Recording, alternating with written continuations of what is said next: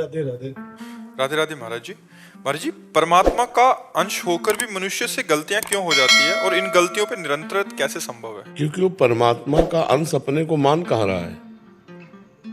वो तो अपने को मानव मान रहा है, पुरुष मान रहा है, शरीर भाव है। वो परमात्मा का कहाँ चिंतन करता है। ना परमात्मा के अंश की स्वीकृति है। स्वीकृति तो है कि मैं पुरुष हूँ, ये प्रकृति का अंश है, परमात्मा का अंश थोड़ी है। किसका प्रश्न है? तो समझ पा रहे हैं आप? मनुष्य तो निमित्त मात्र है। उस निमित्त मात्र बन रहे हो तुम। ईमानदारी से हो निमित्त मात्र कि करता हो? तुम करता हो इस समय या निमित्त मात्र हो? करता है। तो फिर भोगना पड़ेगा तुम्हें। निमित्त मात्र बन जाओ तो अभी सब काम बन जाए। निमित्त मात्र केवल निमित्त मात्र भव सभ्य साचिन, मैं करूंगा, तू केवल गांडी में प्रत्यंचा चढ़ा, मैं सब करवाऊंगा। भगवान कह रहे ना, आप मैं कर रहे हो आप स्वयं। क्योंकि अगर यहाँ झूठ बोलोगे तो दुर्गति हो जाएगी। यहाँ कोई प्रपंच का स्थान तो नहीं है ना, यहाँ प्रपंच से निवृत्त होने का स्थान है। तो अंदर से देखो, आप स्वयं संकल्प करते हैं, आप स्वयं कर्मों को करते हैं, आप स्वयं भोगों को भोगते हैं। तो आप निमित्त मात्र नहीं है, आप कर्ता और भोगता है। तो अहंकार विमूढ़ आत्मा, भगवान के वचन, कर्ता हमिति मन्यते, और वो अहंकारी को फिर उसके कर्म के अनुसार दुर्गति या सदगति होती है। शुभ कर्म करेगा तो स्वर्ग लोक जाएगा, अशुभ कर्म करेगा तो नरक लोक जाएगा। शुभ अशुभ मिश्रित होंगे तो मृत्यु लोक आएगा, और शुभ अशुभ दोनों को मिटा दे तो भगवान की प्राप्ति हो जाएगी। तो हम लोग निमित्त मात्र कहाँ है? अगर निमित्त मात्र बन जाए तो जैसे रहट चल रहा है झूले में, तो झूला चल रहा है, आप केवल बैठे हैं, सारी प्रक्रिया तो झूले से हो रही है ना। वो रहट ऐसे चल रहा है, ऊपर नीचे आ जा रहा है, और उसमें आप व्यर्थ को अपना मान लेंगे तो आपका व्यर्थ ही अहंकार होगा। प्रकृति के संचालन के झूले में आप झूल रहे हैं, कभी सतोगुण, कभी रजोगुण, कभी तमोगुण। सतोगुण का आया तो सात्विक भाव, रजोगुण का आया तो राजसिक भाव, तमोगुण का आया तो तामसिक भाव। लेकिन आप ये नहीं मान रहे कि माया के गुणों के द्वारा प्रेरित होकर ये क्रियाएं हो रही। आप मान रहे मुझे गुस्सा आया, ये मैंने खाया, ये मैंने पिया, ये मैंने किया, है ना अंदर। इसी का परिणाम बंधन होता है, इसी का परिणाम दुर्गति होती है। ये छोड़ दे, बस इतना ही तो जानना है, निमित्त मात्र। इतना ही जिसको अनुभव हो गया कि निमित्त मात्र केवल है, सारा खेल प्रकृति से हो रहा है, माया से रतो जीवन मुक्त हो गया। वो विषयान ग्रहणंत मुंचंत हुआ, वो विषय भोगे या त्याग दे, कोई फर्क नहीं पड़ता। वो पूरे सृष्टि का संहार कर दे तो कोई फर्क नहीं पड़ता, क्योंकि वो तो निमित्त मात्र है। जो कुछ हो रहा है, बुरा हो रहा है या भला हो रहा है, गुणों के अनुसार हो रहा है। गुण माया से प्रेरित है, माया ब्रह्म से प्रेरित है, आप निमित्त मात्र है, तो जीवन मुक्त हो गए। लेकिन ऐसा नहीं है। हम करता है, हम भोगता है, हम सुख लेते हैं, हम सुख देखते हैं, तो ये सब फिर प्रपंच है। इसी से तो निवृत्त होने के लिए है। जैसे निमित्त मात्र में आता है, भगवान की सत्ता के बिना एक पत्ता भी नहीं हिल सकता है ना। तो आप ये कब सोचते हैं? आप ये कब सोचते हैं? केवल प्रवचन बोलने में बोल दिया, आप सोचते हैं कभी? हर समय ये बात देख रहे हैं कि हो रहा है, मैं तो केवल दृष्टा हूं, मैं तो केवल निमित्त मात्र हूं, सब कुछ हो रहा है। राधा राधा राधा राधा राधा सब हो रहा है। अभी तुम आत्मा बन जाओगे, अंदर से महात्मा बन जाओगे। केवल एक बात पकड़ लो, मैं निमित्त मात्र हूं, सब परमात्मा के द्वारा कराया जा रहा है। मैं एक निमित्त मात्र हूं, सब परमात्मा के द्वारा कराया जा रहा है। बार बार तुम्हारा चिंतन चले तो न काम का चिंतन, न क्रोध का चिंतन। काम क्रोध का जब चिंतन होता है तब गलत काम होते हैं। और जब निमित्त मात्र बन जाओगे, परमात्मा के द्वारा चलाया जा रहा हूं, मैं परमात्मा का अंश हूं, तो फिर ये सब बातें ही नहीं रह जाएंगी, आप महात्मा अपने आप बन जाएंगे। तो हम लोग क्या करते हैं कि शास्त्रीय किसी एक बात के पॉइंट को पकड़ लेते हैं और उसके निर्णय को तो समझते नहीं। तो जहां हम संत सभा में वो बात बोलेंगे तो फीकी पड़ जाएगी। नहीं, बात यही सत्य है कि सब निमित्त मात्र हैं। तीन गुणों से प्रेरित होकर माया के संपूर्ण जगत के कार्य हो रहे हैं, और संपूर्ण माया को प्रेरणा देने वाला ब्रह्म है। ब्रह्म से प्रेरित माया, माया से प्रेरित त्रिगुण, त्रिगुण से प्रेरित पूरा चराचर जगत, ब्रह्मा विष्णु महेश भी। रजोगुण से प्रेरित होकर वो सृष्टि रचते हैं, सतोगुण से प्रेरित होकर सृष्टि पालन करते हैं, तमोगुण से प्रेरित होकर सृष्टि का संहार करते हैं। अब वो करते नहीं हैं, वो प्रेरित हैं, इसलिए वो बंधते नहीं। वो हम करते हैं शुभ कर्म, आपने उनको गलत दृष्टि से देखा अशुभ कर्म। आज मैं सत्संग में गया था, आज मैं संत से मिला था, आज मैंने बिहारी जी के दर्शन किए, शुभ तो अशुभ भी मैंने किए, तो दोनों का फल मिलेगा, ना कि मोक्ष। कभी ऐसा आता है बिहारी जी की इच्छा से निमित्त मात्र बना, उनके दर्शन हो गए, बिहारी जी की इच्छा से सत्संग गए, सत्संग हो गए। नहीं, आप सत्संग नहीं, भगवान ने प्रेरित। हर जगह भगवान को लगाना देख शुरू कर दो, अभी आप देखो जीवन मुक्त होने लगोगे। पर हर जगह भगवान नहीं है, क्यों? हाँ, इसलिए हम लोग जो है कच्चे ज्ञानी हैं। सच्चे ज्ञानी हो जाए तो बात ऐसी ही है कि जैसे एक ट्रेन में आदमी बैठा था, वो दौड़ रहा था डिब्बे में, तो उससे लोगों ने पूछा, भाई तेरी क्या समस्या है, तू बैठ जा। तो कहा, मुझे अमुक स्टेशन जल्दी जाना। तो बोले, ट्रेन चल रही, तू बैठ जा, तू बैठ जा, ट्रेन चल रही है, बस काल चक्र चल रहा है, तू बैठ जा भगवान के चरणों में, उनको जब जो करवाना सब वैसा हो जाएगा। लेकिन हम लोग ऐसे नहीं हैं, ईमानदारी से है, हम करता हैं, हम भोगता हैं, तो इसीलिए हमको बंधन प्राप्त हो रहा है। और करता भोगता भाव हट जाए तो हमारा कोई बंधन नहीं, कभी किसी भी तरह का बंधन नहीं। जीवन मुक्त थे, जीवन मुक्त हो और जीवन मुक्त रहोगे, भगवान के अंश को कोई बांध नहीं सकता, वो स्वयं फंसा हुआ है। बंध्यो कीर मरकट की नाई, गोस्वामी जी ने कहा है कि जड़ चेतन ही ग्रंथि पड़ गई, यद्यपि मृषा छूटत कठिनाई। जड़ चेतन की ऐसी ग्रंथि पड़ गई, यद्यपि ग्रंथि पड़ ही नहीं सकती मृषा, पर छूटत कठिनाई। बंध्यो कीर मरकट की नाई, जैसे तोता है, उसको पकड़ने के लिए एक ऐसे पोल डाल दिया, जैसे पोल का मतलब पंखा घुमाने वाला, हाथ वाला पंखा में ऐसे करो ना तो घूमता, वो पोल, और ऊपर लाशा कोई गोंद टाइप रख के उस पर दाने चिपका दिए, और वो आके जो ही ऐसे बैठा दाना चुनने के लिए, सो पोला घूम गया। अब वो और जोर से पकड़ लिया, अगर वो छोड़ दे तो मुक्त है, पर वो छोड़ न, वो सोचता है अगर मैं छोड़ा तो मर गया, क्योंकि उल्टा टंग जाता है ना, वो घूम गया पोला वजन पा करके। तो बंधे कीर, अगर वो छोड़ दे तो उड़ जाए। अब ऐसे मटकी में छुआरे भर दिए या दान चना भर दिए, और बंदर लोभी जाते ऐसे दोनों हाथ डाल के ऐसे पकड़, अब वो निकल नहीं रहा।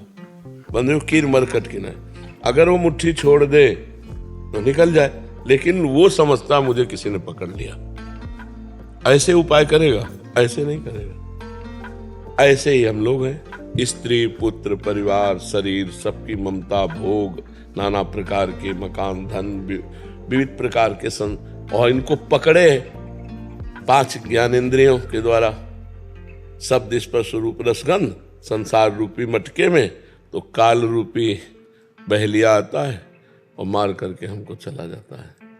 नहीं तो हमें कोई नहीं पकड़े, बताओ कौन पकड़े? हम खुद पकड़े। हमने शरीर को अपना माना, शरीर संबंधियों को अपना माना, भोगों को अपना माना, यही हमारा बंधन है। और यही निवृत्त हो जाए कि ये तो सब चल रहा है, आप केवल निमित्त मात्र हैं, इतना आपको अंदर ज्ञान हो जाए और आप हर समय भगवान के चिंतन में वो देख रहे हो रहा है, तो आप निष्पाप महापुरुष हो जाएंगे। आपको कोई भी दंड नहीं मिलेगा, चाहे जीव मर जाए, चाहे जीव जी जाए, चाहे बड़ा पुण्य हो जाए, चाहे बड़ा पाप हो जाए, आपको कुछ नहीं भोगना पड़ेगा। तभी तो जीवन मुक्त हो जाता है वो। जीवन मुक्त महापुरुष के पुण्य पाप नहीं बनते हैं, अपने बनेंगे, क्योंकि अपने अहंकार से युक्त हैं। तो वो अंदर वाला मिट जाए, जबान से भले कुछ हो, जबान से आप बोलो मैंने कर किया, लेकिन अंदर से आपके चल रहा है कि ये सब, तो बस फिर वो आपको बंधन कारक नहीं होगा। अभी हमारा जबान से है, अंदर से है कि मैं, देखो दर्पण में देखो तो लगता है मैं हूं, नहीं, बस यही बंधन है। ये बंधन कट जाए तो आप परमात्मा स्वरूप है। आप कभी अपने स्वरूप का चिंतन ही नहीं करते। आप अपने स्वरूप का चिंतन कभी करते हैं? क्योंकि आपने अपने को जाना ही नहीं, केवल सुनी बात कह रहे हैं कि आप परमात्मा के अंश है ना। और जब आप जान जाएंगे अपने को, तो परमात्मा का अंश नहीं है, आप परमात्मा ही है। गंगा जल चाहे एक चम्मच हो तो गंगा जल है, चाहे एक टैंकर हो तो गंगा जल है, और चाहे एक धारा हो तो गंगा जल है। गंगा जल तो गंगा जल है ना। तो पूर्णमदः पूर्णमिदं पूर्णात् पूर्णमुदच्यते पूर्णस्य पूर्णमादाय पूर्णमेवावशिष्यते। वो परमात्मा पूर्ण है, तो उसका अवशिष्य जो है, अंश जो है, वो भी पूर्ण है। ईश्वरंश जीव अविनाशी, चेतन अमल सहज सुख राशि। सहज सुख राशि परमात्मा स्वरूप है वो, उसको कुछ नहीं चाहिए, वो आप्त काम है। लेकिन हम वही आप्त काम होते हुए भी शरीर राग के कारण कामना से युक्त हो गए। शरीर राग के कारण ही हमारी दुर्गति हो गई। हमें जो शरीर मिलता है उसी को अपना स्वरूप मान लेते हैं। शरीर मिलते जाते हैं, कर्म बनते जाते हैं, बिछुड़ते जाते हैं, फिर शरीर में पुनरपि जननम पुनरपि मरणम पुनरपि जननी, जैसे ये चक्र चल रहा है। अब ज्ञान हो जाए इस बात का और कर्तत्व भोक्तत्व मिट जाए तो जीवन मुक्त हो गया। इसीलिए सतमार्ग है, इसीलिए अध्यात्म है। और ये भजन के बिना होगा नहीं, केवल बुद्धि के विचार से नहीं होगा, भजन होना चाहिए। खूब नाम जप करो, भगवान का नाम जप करते हो, हाँ खूब नाम जप करो और परोपकार करो और कोई पाप कर्म न बनने पावे। और यही विचार रखो कि सब यंत्रवत चल रहा है, मेरे कुछ संभाले नहीं संभलेगा, मेरे कुछ बनाए नहीं बनेगा। ये प्रकृति का प्रवाह चल रहा है, मैं तो परमात्मा का अंश हूँ। थोड़ा थोड़ा चिंतन करो और नाम जप करो तो देखो धीरे धीरे अंदर ही आपको प्रकाश समझ में आ जाएगा, गली मिल जाएगी जहाँ आप अपने स्वरूप में पहुंच जाएंगे। पाप हो जाता है, अनुभूति होती है बात में, लग कर रहे हैं ये पता नहीं चलता कि हम ये पाप कर रहे हैं। हाँ, क्योंकि कामना उस समय होती है ना, जैसे हमारी कामना भूख से पीड़ित हो तो हमको कुछ नहीं सुनाई देगा, पहले भोजन चाहिए। ऐसे जब काम की व्याकुलता होती है तब कुछ सुनाई नहीं, वो काम भोग के बाद निर्णय करो बैठ के कि पाप था कि पुण्य था। उस समय तो कामना का भूत सवार था, उसने कर बैठा ला। और कामना का भूत होता सुख भोगने की इच्छा, सुख के लिए ही सारी चेष्टाएं कामनाएं होती हैं। और सुख है परमात्मा में, हम उसे प्रकृति में आरोपित करते हैं, इसलिए आज तक नहीं सुखी हो पाए। प्रकृति का बार बार भोग करते हैं, सुख तो मिलता नहीं। और इच्छा है हमें सुख की और वो है परमात्मा में, परमात्मा से हम विमुख, इसलिए कभी सुख नहीं मिल पाया आज तक। जब से सृष्टि हुई भोगते ही चले आए। अगर हम ये विवेक धारण करके और अपने को मोड़े और परमात्मा की तरफ मोड़े तो अभी सुख का अनुभव होने लगेगा। पर परमात्मा से विमुख है हम। सन्मुख होए जीव मोहि जबहि, जन्म कोटि अघ नाशों तुम्हें। भगवान के करोड़ों जन्मों के पाप नष्ट हो जाते जब जीव भगवान की सन्मुखता प्राप्त करता है। इसलिए भगवान के शरण में हो, भगवान के पावन लीला कथाओं को श्रवण करो, खूब भगवान का नाम जप करो, नाम कीर्तन करो और लोगों में भगवत भावना करके उनकी सेवा करो। कर माता पिता कभी किसी की सेवा मिल जाए तो जरूर करना चाहिए, उससे शरीर पवित्र होता है। वंदना मिश्रा जी, छत्तीसगढ़ से। श्री हरिवंश महाराज जी। महाराज जी, आपके श्रीमुख से यही जाना है कि माया पर विजय विवेक के द्वारा प्राप्त किया जाता है। गुरुदेव, प्रेमी भक्त और विवेकी भक्त में क्या अंतर है? प्रेमी न माया से तरना चाहता है, न किसी दुख से बचना चाहता है, वो केवल भगवान से प्यार करना चाहता है। उसमें कामना रहितम, किसी भी तरह की कोई कामना नहीं होती। लेकिन विवेकी पुरुष विवेक के द्वारा असत का त्याग करके सत्य में स्थित होकर मोक्ष प्राप्त करना चाहता है। प्रेमी और विवेकी में अंतर है, विवेकी को अपना बल है और प्रेमी को भगवान का बल है। प्रेमी सिर्फ भगवान से प्यार करना चाहता है, उसका बार बार भगवान के चरणों में यही विनय भरा पुकार रहती है कि धर्म न अर्थ न काम रुचि गति न चाहो निर्वाण, जन्म जन्म रति राम पद यह वरदान नान। प्रभु, मुझे न अर्थ चाहिए, न धर्म चाहिए, न काम चाहिए, न मोक्ष चाहिए। मेरा बार बार जन्म हो पर आपके चरणों में अनुराग हो। वो मोक्ष नहीं चाहता, वो दुख निवृत्ति नहीं चाहता, भगवान से प्रार्थना नहीं करता मेरे दुख को निवारण कर दो, मुझे संपत्ति दे दो, मुझे मान प्रतिष्ठा दे दो, मुझे सांसारिक सुख दे दो या पारलौकिक सुख दे दो। वो केवल भगवान से ही चाहता है। जन्म जन्म रति राम पद यह वरदान नान। हे भगवान, आपके चरणों में बार बार हमारी यही प्रार्थना है कि मैं अपने कर्मवश कहीं भी जन्मूं, लेकिन हर जन्म में आपसे प्रेम करूं, आपका नाम जप करूं, आपकी भक्ति करूं। ये प्रेमी जनों की मांग। विवेकी होता है असत का और सत का ज्ञान रखने वाला। तो जितना भी शरीर और संसार असत है, इसका वो त्याग करके वो मोक्ष चाहता है, वो मुक्त होना चाहता है। लेकिन प्रेमी मुक्त होना नहीं चाहता, वो बार बार जन्म हो, लेकिन भगवान मैं आपका नाम जप करूं, आपका नाम कीर्तन करूं, आपकी लीला कथा सुनूं, आपके प्रेम में रोऊं, आपके प्रेम में तड़पूं, ये भक्त प्रेमी चाहता है। महाराज जी, भक्ति ज्ञान का हेतु है या ज्ञान भक्ति का हेतु है? आप दोनों एक दूसरे के पूरक हैं। साधारण ज्ञान से हम भक्ति की तरफ चलते हैं। साधारण ज्ञान ये श्रद्धा से प्रकट होता है। श्रद्धा से जब हम प्रथम भगत संतन कर संगा, जब हम पहले सत्संग सुनते हैं तो हमको ज्ञान होता है कि यार ये नहीं करना चाहिए, मेरे से तो बहुत गलतियां हो गई, बहुत पाप हो गए, और ये करना चाहिए, वो तो मैंने किया नहीं, ना भजन किया ना साधना किया। तो ये ज्ञान प्राप्त हुआ ना, अब वो साधारण भक्ति में प्रवेश पाया। जो साधारण भक्ति से फिर प्रेम लक्षणा भक्ति की तरफ, असाधारण भक्ति की तरफ बढ़ता है, तब उसे विशुद्ध ज्ञान हो जाता है। दोनों एक दूसरे के पूरक हैं। जैसे वृक्ष के बिना बीज नहीं, बीज के बिना वृक्ष नहीं, समझ रहे ना, ऐसे ज्ञान के बिना भक्ति नहीं, भक्ति के बिना ज्ञान नहीं। तो दोनों एक, पहले साधारण ज्ञान, असाधारण भक्ति, फिर असाधारण बोध, जानत तुम्हें तुम्हें हो जाए, वो ब्रह्म स्वरूप भगवत स्वरूप हो जाता है। जो भगवान को जानना चाहता है, पाना चाहता है, जहाँ भक्ति शुरू की तो सोई जाने जिह देहु जनाई, जानत तुम्हें तुम्हें वो भगवत स्वरूप हो जाता है। तो न ज्ञान कम है न भक्ति कम है, दोनों आवश्यक हैं। जैसे ज्ञान के द्वारा हम आपको जाना, आप कौन है, आपकी महिमा क्या है, आपका स्वभाव कैसा है, ये जानना ज्ञान हुआ ना। अब हम आपसे प्यार करते हैं, ये भक्ति हुई। तो भगवान को जानना ज्ञान है, और फिर जान करके ही तो प्रेम होता है।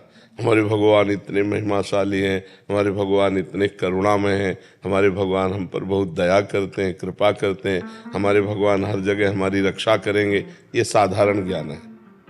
यहाँ से भक्ति प्रारंभ होती है। जब भगवान की आराधना होती तब ये ज्ञान हो जाता, सब में भगवान है तो यहाँ भी भगवान है, सर्वत्र भगवान है तो हमारे पास भी भगवान है, सबके भगवान है तो मेरे भी भगवान है, और वो भगवत स्वरूप हो जाता है। फिर रक्षा करना, बचाव पक्ष या कोई मांग, इसकी जरूरत ही नहीं रहती, वो भगवत स्वरूप हो जाता है। वो मम दर्शन फल परम अनुपा, जीव पाव निज सहज स्वरूपा। भक्ति का फल है, जे भी भगवत साक्षात्कार हुआ तो जीव अपने आत्मस्वरूप को प्राप्त हो जाता है। शुद्ध ज्ञान है, वही ब्रह्म स्वरूप अनुभूति होने लगेगी। तो ज्ञान भक्ति परक है, और भक्ति से ही ज्ञान वैराग्य का प्रादुर्भाव है। पर साधारण ज्ञान से भक्ति, भक्ति से असाधारण ज्ञान। डॉक्टर नरेंद्र देव जी, राधे राधे। महाराज जी, आपके चरणों में कोटि कोटि प्रणाम। महाराज जी, भक्तिमती मीरा जी का एक पद है, गली तो चारों बंद हुई हैं, मैं हरि से मिलूं कैसे जाऊं, ऊंची नीची राह रपटीली पाँव नहीं ठहराऊं। और अंत में कहते हैं कि जुगन जुगन से बिछड़ी मीरा सतगुरु दई मिलाई। महाराज जी, इसमें मीरा जी का किन गलियों या घाटियों की बात कर रहे हैं जिनमें मीरा जैसे भक्त भी फंसकर अपने प्रियतम से न मिलने की वेदना से करा रही हैं? क्या पद है? कह रहे हैं कि गली तो चारों बंद हुई हैं, मैं हरि से मिलूं कैसे जाएं, ऊंची नीची राह रपटीली पाँव नहीं ठहराएं, जुगन जुगन से बिछड़ी मीरा सतगुरु दई मिलाए। देखो, हमारे अंतःकरण में चार हैं, मन, बुद्धि, चित्त, अहंकार। चारों माया में लगे हुए हैं। अगर चारों में से एक भी भगवान में लग जाए तो एक गली तो खुल जाए। न मन भगवान में, न बुद्धि भगवान में, और न चित्त भगवान में, न अहम भगवान में, तो चारों तो बंद है। हे नाथ, जिस अंतःकरण के लिए आप कह रहे हो मैं ये मन आदत्स्व मैं बुद्धि में निवेश है, तो ना वो मन लग रहा है, न बुद्धि लग रही है, न चित्त लग रहा है, न अहम लग रहा है, चारों गली बंद है। आगे महाराज जी, ऊंची नीची राह रपटीली पाम नहीं ठहरा। हाँ, यहाँ भगवत मार्ग में कभी मन भजन की तरफ चलता है, कभी भोगों की तरफ चलता है, कभी ऊंचाई भजन की तरफ, कभी निचाई भोगों की तरफ। मन ठहरता नहीं है। जो हमारे पैर हैं उसमें टिक नहीं पा रहे हैं। पर सदगुरुदेव की बलिहारी कि ऐसी बंद गलियों में वैसी ऊंचाई नीचाई के रास्तों में भी उन्होंने जब हमारा हाथ पकड़ा तो घसीट लिया और हमको परम पद की प्राप्ति करवा दी। गुरुदेव के बिना ऐसी कहीं सामर्थ्य नहीं है। मीरा जी बता रहे कि मेरे लिए तो चारों गलियां बंद थी, धर्म अर्थ काम मोक्ष, मन बुद्धि चित्त अहंकार, और ऊंची नीची वृत्तियां कबहूं तो थोरो भजन कबहूं होत विशाल। लेकिन मेरी तो दशा बन गई गुरुदेव की कृपा से, नहीं तो इस माया प्रपंच से निकल पाना बहुत कठिन है। मतवाला मदमस्त हाथी जैसे जंजीरों से बांध करके नहीं रखा जा सकता, ऐसा तो मन है, ऐसी प्रवीण बुद्धि है, ऐसे ही प्रवीण चित्त है। चित्त संसार के चिंतन में, बुद्धि संसार के निश्चय में, मन संसार के संकल्प में, अहंकार कर्ता भोक्ता में चारों गलियां बंद है। कभी उत्तम वृत्ति आती, कभी अधम वृत्ति आती, ऊंच नीच चलना, और भगवान की प्राप्ति से विमुख होने वाली ही वृत्तियां नीची हैं, भगवान की तरफ चलने वाली उत्तम है। लेकिन मन की दशा, हमारे हृदय की दशा, कभी तो भजन में लगता है, कभी भोगों में लगता है, कभी त्याग में लगता है, कभी राग में लगता है। ये तो सदगुरु ने बाह पकड़ ली तो बात बन गई। क्यों भाई, समझ में आ गया ना? महाराज जी, इनका एक भाव ये भी था कि मीरा जी तो परम भक्ता थी, वो क्या हम जैसों के लिए? हाँ, ये जो बड़े भक्त हैं वो हम जैसों की मन की दशा के लिए वर्णन करते, वो तो श्री कृष्ण के अनुराग में डूबी हुई, उनके लिए कोई ये बात नहीं है। वो तो स्पष्ट अपनी स्थिति का वर्णन करते, जाके सिर मोर मुकुट में रोपति सोई, मेरे तो गिरधर गोपाल दूसरों न। उन तो स्थिति का वर्णन कर रहे हैं। अब तो बेली फैल गई जाने सब कोई, संतन ढिग बैठ बैठ लोक लाज खोई। बहुत ऊंची स्थिति मीरा जी की। वो तो हम लोगों के लिए, जैसे बड़े बड़े संतों ने दैन्य भाव प्रकट किए तो हमारे लिए प्रकट किए। वो तो स्थिति प्रज्ञ है, वो तो भगवान की स्थिति में है। मृत्युंजय पांडे जी। राधा वल्लभ श्री हरिवंश। श्री हरिवंश महाराज जी। महाराज जी, भगवान या सत्य और माया और असत्य का अनुभव क्या केवल बुद्धि से ही किया जा सकता है, या ये प्रेम श्रद्धा और विश्वास के माध्यम से हृदय का गहरा और आत्मीय अनुभव? नहीं, क्या पहले सत्य को जानने के लिए बुद्धि की गहराई और तर्क आवश्यक है? नहीं, श्रद्धा आवश्यक है, तर्क आवश्यक नहीं है, श्रद्धा आवश्यक है। ज्ञान प्राप्त करने के लिए या भक्ति प्राप्त करने के लिए श्रद्धा आवश्यक है। श्रद्धा के बाद विश्वास आवश्यक है। विश्वास जब हो गया तो प्रतीति में विश्वास होता है ना, और विश्वास के बाद जो ज्ञान प्राप्त होता है वो भगवत प्राप्ति है। श्रद्धावान लभते ज्ञानम तत्परः संयतेन्द्रियः, और ज्ञानम लब्ध्वा, 2 बार ज्ञान शब्द आया ना, तो श्रद्धावान शास्त्रीय ज्ञान को प्राप्त करता है। शास्त्रीय ज्ञान संयम नियम व्रत उपवास धर्म कर्म कैसे करना चाहिए, तो तत्परः, जो ज्ञान प्राप्त हुआ उसके वो परायण हुआ। तो संयतेन्द्रियः, अपनी इंद्रियों को अंतर्मुख किया, और जब इंद्रियों को अंतर्मुख किया तो फिर ज्ञान प्राप्त हुआ, वो अनुभवजन्य। अनुभवजन्य जो ज्ञान प्राप्त हुआ तो बोले पराम शांति मचिरेणाधिगच्छति, वो परम शांति को प्राप्त हो जाता है। श्रद्धावान लभते ज्ञानम तत्परः संयतेन्द्रियः ज्ञानम लब्ध्वा पराम शांति मचिरेणाधिगच्छति। भक्ति में भवानी शंकरो वंदे श्रद्धा विश्वास रूपिणो, याभ्याम बिना न पश्यन्ति सिद्धा स्वांतः स्थमीश्वरम। जो हमारा ईश्वर मेरे ही हृदय में विराजमान है, बिना श्रद्धा विश्वास के हमसे प्राप्त नहीं कर सकते। तर्क की में जो बुद्धि की क्षमता है, तो बुद्धि प्रकृति की है, वो परमात्मा के प्रकृतिजन्य विषयों की ही चर्चा कर सकती है, प्रकृति से परे परमात्मा तत्व को छू भी नहीं सकती है।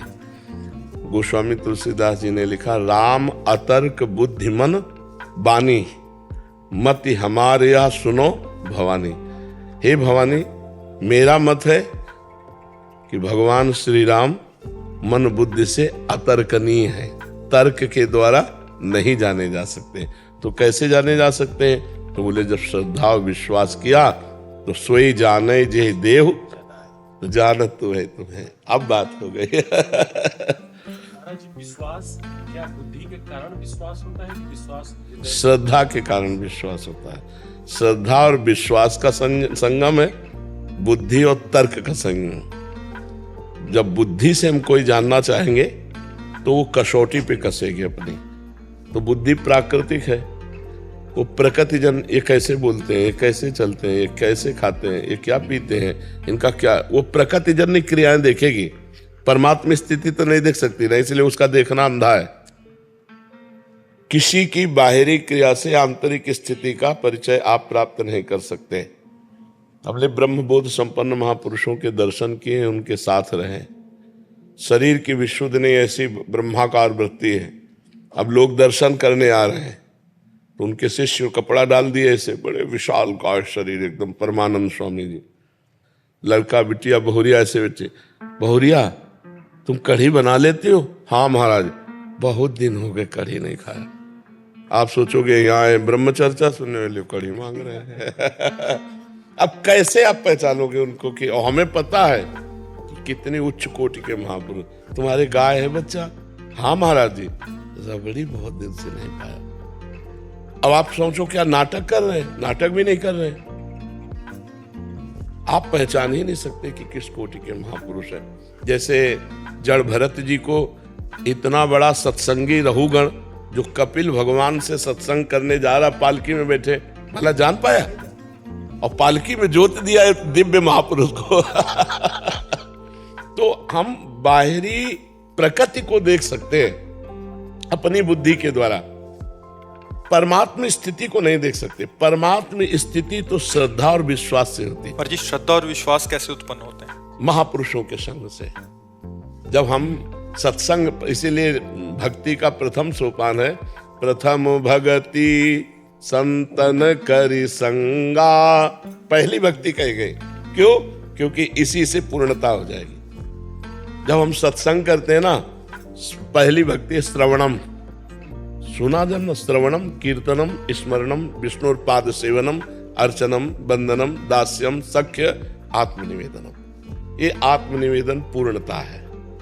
तो ये कब हुई? श्रवण से। जब हम संतों के मुख से सुना ब्रह्मानंद, भगवदानंद, भगवान की प्रेम, स्वभाव, करुणा, मंगल की बातें, तो हमारे हृदय में श्रद्धा उत्पन्न हुई। जब श्रद्धा उत्पन्न हुई, हम सत्मार्ग में चले तो कुछ कुछ अनुभूतियां होने लगी, तो विश्वास होने लगा। समझ रहे ना? हाँ, इसमें सही पूछो तो बुद्धि को बेचना है। लेकिन महाराज जी, पूरी पढ़ाई लिखाई, संसारिक शास्त्र सब तो बुद्धि को ही प्रखर करने में लगे हुए हैं। कितना शार्प कोई देख सकता है, कितना समझ सकता है। तो इसके बाद वो क्या मुक्त हो पाए? क्या नहीं। भाई जी हनुमान प्रसाद पोद्दार जी का एक पद, हमें बुद्धिहीन बना दो हे। ये जितना दौड़ेगी ना उतना ही फंसाती जाएगी। महाराज जी, कुछ समय जैसे आप कहते हैं मानी संख्या लगा के चलते रहे, तो गुरु पे विश्वास करके कि हम जैसे गाइड कहाँ लेके जा रहा है, हम केवल विश्वास कर रहे हैं, तो चलते रहे, लक्ष्य की प्राप्ति हो जाएगी। यही इसका भाव है महाराज जी। कुछ समय मतलब अपनी बुद्धि को एक साइड में रख, प्रथम हृदय श्रद्धा जो करे, आचार्यजन जाय अनुसरे, जहां जहां हरिवंश के, और रसिकन की सेवा जब होए, प्रीत सहित बूझो सब कोई, कौन धर्म हरिवंश को, कौन सुरीति, कौन आचरण। जब हम श्रद्धा करेंगे प्रथम, तभी अब आगे बढ़ पाएंगे। बस महाराज जी, अंतिम एक, संत के बीच में रहना, संत जनों के बीच में रहना, या उनकी सुन के और उनके संयम पे रहना, क्या बात दोनों एक ही जैसा है? ओस ज्यादा है। जो संत से दूर रह करके और उनकी केवल आज्ञा पर अपना जीवन व्यतीत कर रहा, वो उससे ज्यादा है जो उनके नजदीक रह रहा। क्यों? क्योंकि नजदीक वाले को तो विरह नहीं सताएगा, उसको तो है कि मैं इनके नजदीक हूँ, लेकिन उसको वो आज्ञा का पालन कर रहा है नजदीक वाला, और उनके सानिध्य में है, तो उसमें एक कमी है कि उसे विरह नहीं व्याप्त है।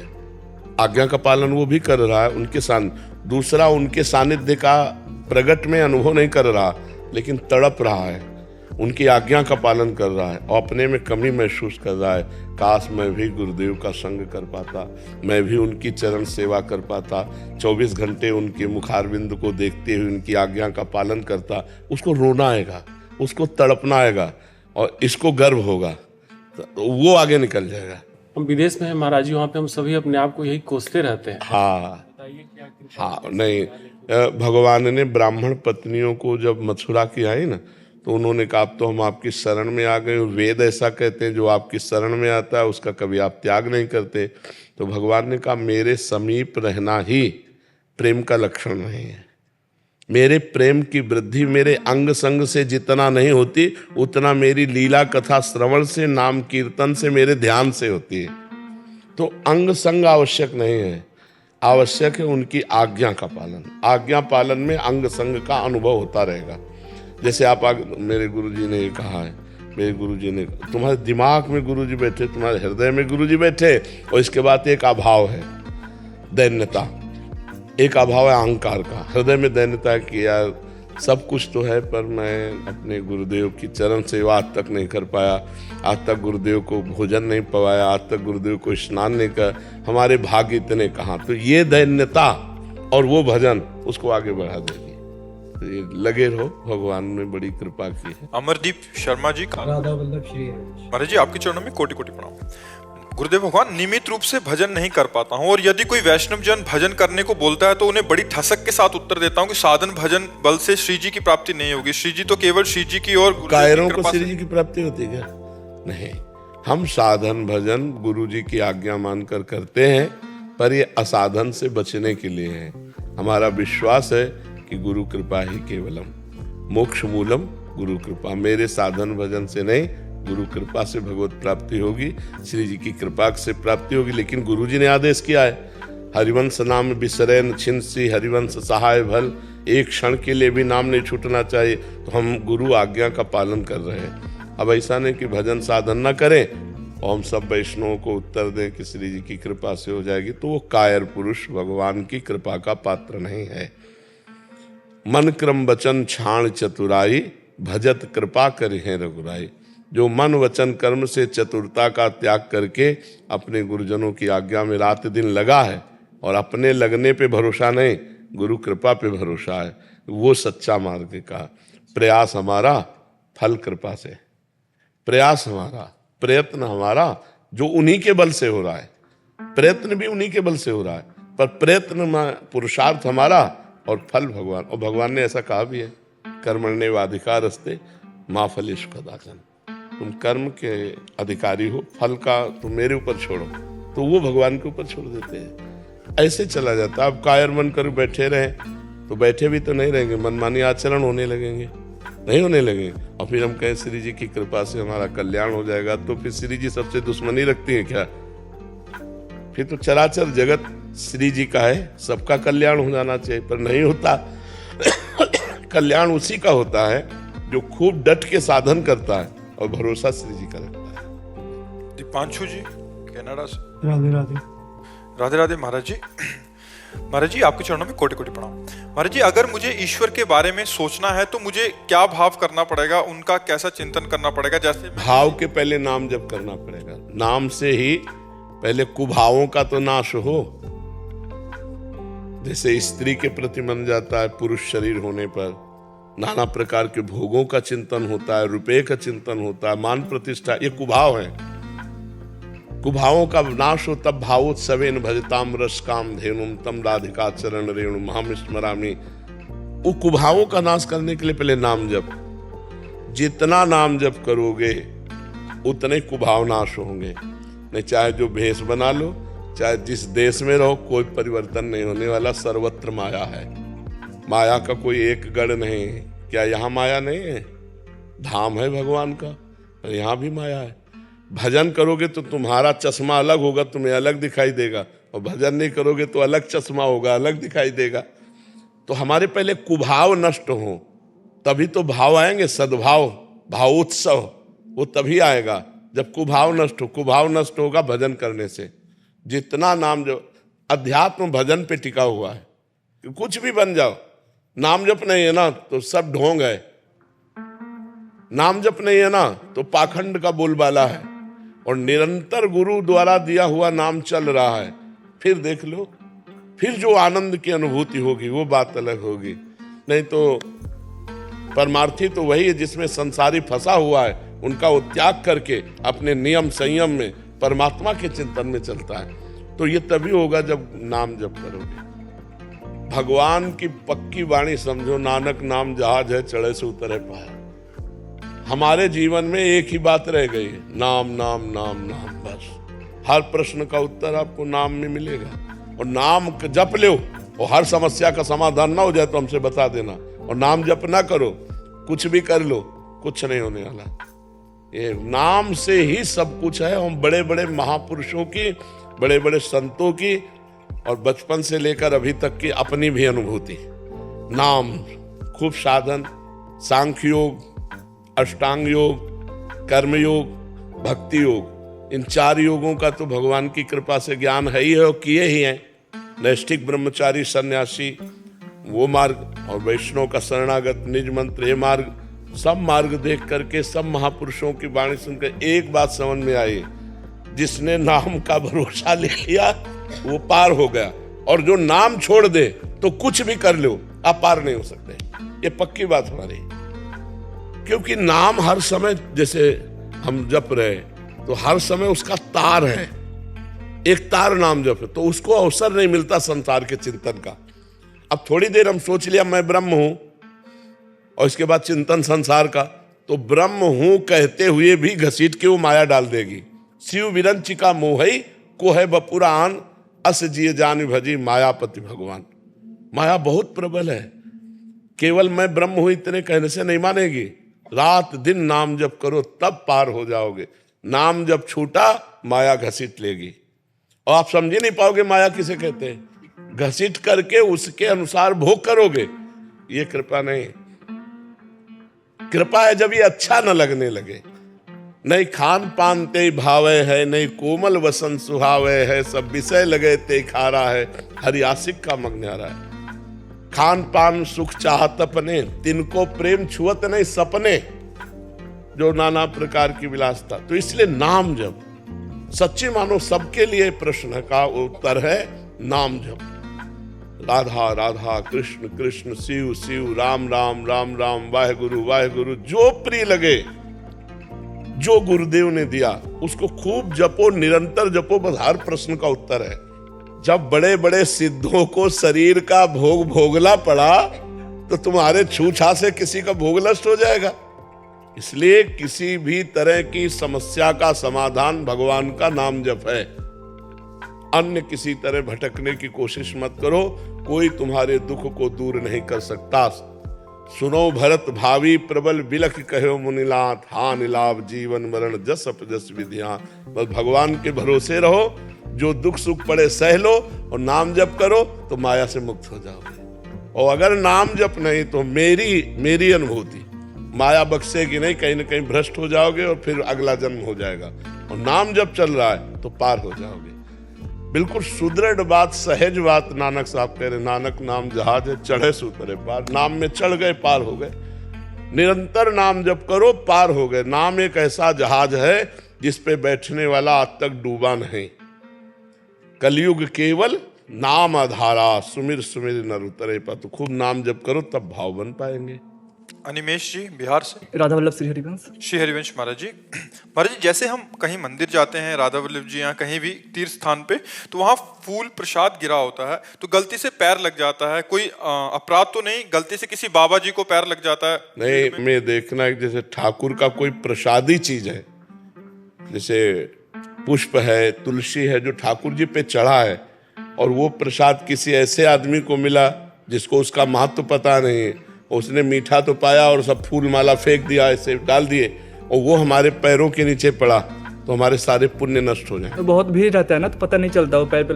हाँ, तो इसीलिए तो संभाल के, इसीलिए तो खाली जाते हैं लोग, कौन भर के जाता है। बहुत संभाल के चलना। अगर हमारे पैर के नीचे आ रहा है, हम खड़े हो जाते हैं, पहले उसको उठा के माथे से लगाते हैं, उसको ऐसी जगह रखते हैं जहाँ पैर न रखे। जैसे हमारे ग्रंथ पे चढ़ा हुआ फूल, ग्रंथ पे चढ़ा हुआ, मान लो गुरुवाणी पे चढ़ा हुआ फूल है या गुरुवाणी पे चढ़ा हुआ वस्त्र है, वो हमारे गुरुवाणी के समान ही सम्मान है। तो ऐसे ही हमारे भगवान के प्रति जो चढ़ा हुआ पुष्प है, पत्र है, वो भगवान के समान है। पर ये लोग समझते नहीं है, इसलिए मीठा तो पा लिया और फूल ऐसे फेंक दिए, और जो लोगों के पैरों में पड़े तो उनके पुण्य नष्ट हो जाते हैं। तुलसी जी की माला और हाँ, ये सब नहीं। जब प्रसाद लेना चाहे तो ऐसे लेना चाहिए, जो फूल माला का कि जो है वो हमारी झोली में है, और उसे ऊंचे स्थान पे रखना चाहिए। और जब सूख जाए तो पवित्र सरोवर या पवित्र नदी के पास खोद करके और उसको समाधि कर देना चाहिए, जिससे किसी के पैर ना लगे। ऐसा तो अपने को ध्यान रखना है। मान लो किस किस को बतावे, वो तो देते जा रहे हैं। अपने को चाहिए कि अपने लें बहुत संभाल करके और बहुत मर्यादा से रखें। प्रभु और मान लो गुरुदेव और गुरुदेव की प्रसादी वस्तु समान समझी जाती है। गुरुदेव की पादुका, गुरुदेव के वचन, गुरुदेव के वस्त्र, गुरुदेव की हर वस्तु भगवान के समान समझी जाती है। ऐसे प्रभु गुरुदेव स्वरूप है, उनकी कोई भी वस्तु, पुष्पमाला, कुछ भी वो सर माथे पे हो, चरणों के नीचे थोड़ी होनी चाहिए। विजय कुमार जी राजस्थान से। श्री हरिवंश महाराज जी, महाराज जी आपके बल से दिनचर्या नित्य निरंतर अच्छे से चल रही है। वो श्री जी साथ होने का समय समय पर अनुभव भी कराती हैं, किंतु इसके साथ ही उपासना करते समय जो मन में विकार उत्पन्न होते हैं, उनसे बाकी सब विकारों को तो आपकी कृपा से संभाल पा रहा हूं, लेकिन बार बार मन विकार उत्पन्न नहीं होते। विकार जो हमारी चिप में भरे हैं वो डिलीट होते हैं। मन रूपी एक ऐसी चिप है जिसमें करोड़ों जन्म की बातें भरी, करोड़ों जन्म की। आप जितना जितना ज्ञान प्राप्त करेंगे तो आपको भूत भविष्य वर्तमान का उतने ज्ञान होता चले। देखो, माया का काम है पर्दा डालते रहना। अभी हम पूछे परसों दोपहर के आपने क्या खाया, तो आपको सोचना पड़ेगा। परसों धीरे से लौटोगे। अगर पूछे 1 महीने की 1 तारीख को आपने क्या पाया, असंभव है बता पाना, बिल्कुल नहीं। देखो, इसी जन्म में हम माँ के गर्भ में 9 महीने रहे, 1 सेकंड का भी हमें ज्ञान नहीं कि कैसा अनुभव हो रहा था। माँ के गर्भ में इसी जन्म में हम रहे, हमें ज्ञान नहीं कि 1 सेकंड का भी कैसा हमें अनुभव हो रहा था। ऐसे हमारी स्मृति लुप्त होती जाती है। अनेक जन्मों की गंदी आदतें, अच्छी आदतें सब उसमें भरी है मन में। जब हम भजन करते हैं तो निकलती है, क्योंकि निर्मल मन जन सो मोहि पावा। तो अगर हम भजन न करें तो भरती रहती है। तो जैसे सीसी कैमरा अपने आप सब कवर करता रहता है, ऐसे मन, नेत्र ये मिल करके, श्रवणेंद्री, वाकेंद्री मिल, सब गंदगी भरते रहते हैं। तो हमें जब भर रहा होता है तब पता नहीं चलता है। जैसे यहाँ कूड़ा कब भरा पता नहीं, लेकिन अभी खड़े हो और सोनी लगाओ तो कूड़ा निकलते दिखाई देगा, आते कूड़ा नहीं दिखाई दिया। ऐसे ही हमारे मन में कब कूड़ा आया हमें पता नहीं चला। अब जब हम भजन में बैठे तो वो शुरू हो रहा, गंदी गंदी बातें, प्रपंच की बातें, बड़े गलत संकल्प। तो उसको लगता है ऐसा तो भजन नहीं करते थे तब नहीं था, जब से भजन शुरू किया इतनी गंदी बात कैसे, मतलब महान गंदी से गंदी बात आएगी। वो आ नहीं रहे, वो जन्म जन्मांतरों की मन में भरी हुई चिप है, वो निकल रही। नाम पाहरू दिवस निश ध्यान तुम्हार का। अब रात दिन नाम का पहरा तो आ तो सकती नहीं गंदगी, और अंदर गंदगी टिक नहीं सकती, क्योंकि नाम भगवान चल रहे हैं, तो वो निकल रही है बार बार। अब जैसे एक बार काम की बात निकली, दूसरी बार फिर वही काम की, तीसरी बार फिर वही काम की, तो सोचता है डिलीट कब हुई, कह रहे थे डिलीट हुई। अगर 1 अरब मैसेज है काम के तो 1 अरब बार आएगा। तो हमारे मन में ज्यादातर गंदगी भरी है, तो हमें धैर्य पूर्वक भजन करना चाहिए। बहुत जल्दी जल्दी डिलीट होते सब जा रहे हैं, और जहां मन निर्मल हुआ तो भगवान की प्राप्ति हो जाएगी। नाम जपने वाले के अंदर विकार जा नहीं सकते, क्योंकि नाम पहारू दिवसनिस, नाम का पहरा है, वो विकार निकल रहे हैं। तो आपको भी आनंद मिलेगा जब करते समय, देखो निकल रहे हैं। आप उसे सोच रहे हो आ रहे हैं और आप लड़ने लगे तो आपका चिंतन कमजोर हो गया, वो टिक गए। आपको लड़ना भी नहीं, बुरी से बुरी बात को बस देखना है कि निकल रहे, उसमें रस नहीं लेने लगना। मन में पूरी फिल्म भरी है, आप देखो ना, मैं चित्र सहित दिखाएगा। अगर रसगुल्ला का चिंतन होगा तो मैं स्वाद सहित तो कभी जिंदगी में जो पाए हो, तो उस दिन उस तारीख के स्वाद को लाके दिखाएगा। देखो क्या, आओ खाओ रसगुल्ला, छोड़ो माला। वो कहेगा कि छोड़ो माला रसगुल्ला, आप चुप रहो, कुछ बोलो ना, दस्तखत करना है हाँ ना, चुप। राधा वल्लभ, राधा वल्लभ, निकलते चले जा रहे हैं, राधा वल्लभ। ये अनुभव की बात कह रहा हूँ, ये पढ़ी लिखी बात नहीं कह रहा हूँ, ये निज अनुभव की बात कह रहा हूँ। वो निकलते चले जा रहे हैं, तभी मन निर्मल होता है। भजन करने से धीरे धीरे धीरे धीरे मन निर्मल होता है। देखो, उसकी पहचान ये है कि जब भजन नहीं करते थे 1 मिनट भी मन भगवान में नहीं लगता था। आज भजन करते हो तो आज आप सत्संग की बातें समझ रहे हो, मन भगवान में लग रहा है, और आप पहचानने लगे कि ये मन गंदा है और ये मन का पार्ट अच्छा है, ये सलाह इसकी गंदी है और ये इसकी अच्छी है। पहले गंदे कार्य हो जाने पर एक अभिमान जागृत होता था, आज गंदा काम हो जाने पर आपको रोना आएगा, जलन होगी, बहुत बड़ा पवित्र हो गया मन। और पहले होता था कि आज मैंने ये कार्य कर लिया, अब अगली बार ये करेंगे, उसमें एक उत्साह और गर्व जनित अहंकार जनित बात आती, मैंने ये भोग लिया, मैंने ये कार्य कर लिया। आज अगर आनंद पूर्वक भोगने की बात कहो तो आनंद नहीं रह जाएगा, भोग भी हो गया तो जलोगे और रोगे। तो वो गलती जो जिसके प्रति दुखी होगे वो दोबारा बहुत कम करके आएगी, और अगर और दुखी हो गए तो आना ही बंद हो जाएगी। जब हम हर्षित होकर भोगते हैं तो हमारे घर में अड्डा बना लेती है, हृदय रूपी घर में वो वासना अड्डा बना लेती है, वो बार बार विक्षेप डालती है। तो भजन करने से हमारी वासनाएं नष्ट होती हैं, ऐसा हमें अनुभव करते हुए भजन करना चाहिए। प्रशांत त्रिवेदी जी। राधे राधे। राधे राधे महाराज जी। महाराज जी, क्या एक हाथी को खिलाने का पुण्य और 1 लाख चींटियों को खिलाने का पुण्य, क्योंकि हाथी की खुराक बहुत होती है, चींटियों की संख्या बहुत होती है, ओना खिलाना भावना सेवा में? अगर हाथी में भी भगवान देख के पवारे और चींटी में भी भगवान देख के पवारे तो एक चींटी और एक हाथी के पवाने का बराबर पुण्य मिलेगा। और भगवान नहीं देख के हाथी देख रहे हो, चींटी देख रहे हो तो भेद तो हो ही जाएगा, कोई पुण्य में फिर बेवकूफी थोड़ी है। चींटी तो एक दाना से तृप्त हो जाएगी, उसके लिए 1 कुंतल भोजन चाहिए। दोनों में भगवान देखकर यदि दे रहे हो कि हाथी में भी वही भगवान है और चींटी में वही भगवान, तो पुण्य बराबर। और हाथी को हाथी देखकर चींटी को चींटी देख के तो पुण्य में घाटा।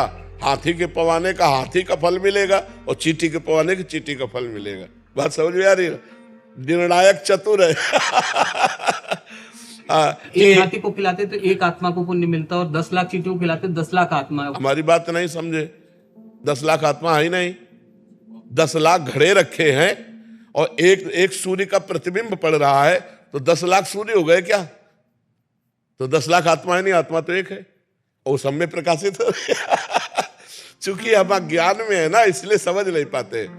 हमने जो पहला शब्द कहा, जो भगवान हाथी में है वही चींटी में है, अगर ये भावना करके हम पाते हैं तो बराबर फल मिलेगा, क्योंकि वही आत्मा है। आत्मा 10-20 नहीं है, आत्मा 10 लाख नहीं है, आत्मा एक है। देखो, अब आपसे कहें कि ये 5-7 बिजली है, आप हमको क्या कहोगे? है ना, यंत्र के कारण उसका प्रभाव अलग अलग है। हीटर यंत्र है तो गर्मी फेंक रही, पंखा है तो हवा फेंक रही, एसी है तो ठंडा फेंक रही, लेकिन बिजली बस, ये खोपड़ियां अलग अलग हैं, बिजली एक है इनमें। जो बिजली है इनमें वो परमात्मा है, वो एक आत्मा है, एक वाहे गुरु है, वो एक है, वो अनेक नहीं है। बहुत अच्छे से समझ लीजिए, अगर हम भगवत भाव से किसी को पवाते हैं तो चाहे चींटी को पवाएं चाहे हाथी को पवाएं, हमें बराबर लाभ मिलेगा। और चींटी को चींटी मान करके और हाथी को हाथी मान करके, तो फिर एक हाथी पवाओ और 2-4 अरब चींटी पवाओ, तो शायद समानता की बात जो सोची जाए। क्योंकि परिणाम है ना, वो 1 कुंतल में छकेगा और 1 किलो में लाखों हो जाएंगी, नहीं हो जाएंगी। और अगर एक चींटी में आत्म तत्व भगवान को देखकर, एक हाथी में देखकर, तो बराबर फल मिलेगा। वो तुम देख के क्या पाते हो, तुम्हारा विषय है। समझ गए? मन बहुत चंचल है, इधर उधर बार बार चला जाता है। हमेशा आपकी कृपा से नाम जप होती रहती है, पर फिर भी इधर उधर भटक जाता है। हाँ, कोई भटकने दो, उससे कोई फर्क नहीं पड़ता। मन जाने से हमारी हानि नहीं है, मन के अनुसार तन जाने से हानि है। मन हमारा कह रहा है खा लो, हम नहीं खाए, कोई फर्क नहीं पड़ा। अब मन कह रहा है खा लो, हमने खा लिया, अब फर्क पड़ जाएगा। तो मन जो कहे तो वो तो कहेगा, उसका स्वभाव है। जब तक भगवत प्राप्ति नहीं हो जाएगी तब तक वो कहेगा। तो मन के कहने के अनुसार हम क्रिया ना करें तो मन से हमारी कोई हानि नहीं है, वो धीरे धीरे आ जाएगा, लाइन में आ जाएगा। खूब नाम जप करते रहो, मन के अनुसार क्रिया कर दी तो फिर नहीं आएगा, फिर तो और भटकना शुरू हो जाएगा। क्रिया को रोकना है मन के अनुसार। जो आपने कई बार आशा के वृंदावन ठहरे, पर मेरा प्रारब्ध या मेरा प्रमाद 7 बार अटक हुआ है। अब पेस मेकर मशीन पड़ी, 7 बार स्टेट में पड़ी। कृपा में कोई कमी नहीं। तो अब कर लो वृंदावन वास, आखिरी शरीर छोड़ो वृंदावन में तो बहुत बढ़िया रहेगा, जीवन भर विरक्त रहे, अंतिम में भगवान के धाम में शरीर छूट जाए तो आपकी कृपा से अपने लोगों को तो जब चाहो जहाँ चाहो जिस क्षण चाहो वैसे ही कदम रख दो, कोई परेशानी थोड़ी है। कोई काम नहीं है, बिल्कुल एकदम फ्री है जी। और अचंभे की बात तो यही है, नहीं कौन सा ऐसा विराज जी सानिध्य प्राप्त होता था जी। और आपने कई बार कहा जी वृंदावन आ जाओ, मैं अपना दुर्भाग्य ही कहूँगा। नहीं, एक संत जन जगत मंगल के लिए भ्रमण करते, दुर्भाग्य क्या, संत स्वयं भगवान के स्वरूप हैं, वो जगत मंगल के लिए भ्रमण करते हैं, जगत में भगवान नाम गुण लीला आदि का जो पान कराते हैं, भूले हुए जो जीव हैं उनका मंगल कराते हैं। अगर सब धाम में चुपचाप बैठ जाएंगे तो जगत के लोगों का मंगल कैसे होगा, इसलिए संत जन जो है भगवान का आदेश लेकर जगत मंगल के लिए भ्रमण करते रहते हैं। पर अब आपकी शरीर की अवस्था थोड़ा आराम चाहने वाली है। हाँ, जिनको वृंदा विपिन है, कृपा तिनय की होए, वृंदावन में तबई तो रहन पाई है सोए। तो लाडली जो कृपालु हैं, किसी न किसी को निमित्त बना देंगी कि धीरे धीरे शरीर जो है धाम में छूटे तो जीवन भर है न। अच्छा, अंतिम समय क्या होता है कि हमारा क्या चिंतन हो ये पता नहीं, और फाइनल चिंतन माना जाता है तो नाम रूप लीला धाम। नाम नहीं चल रहा, रूप का ध्यान नहीं हो रहा, लीला चिंतन नहीं हो रहा, लेकिन धाम का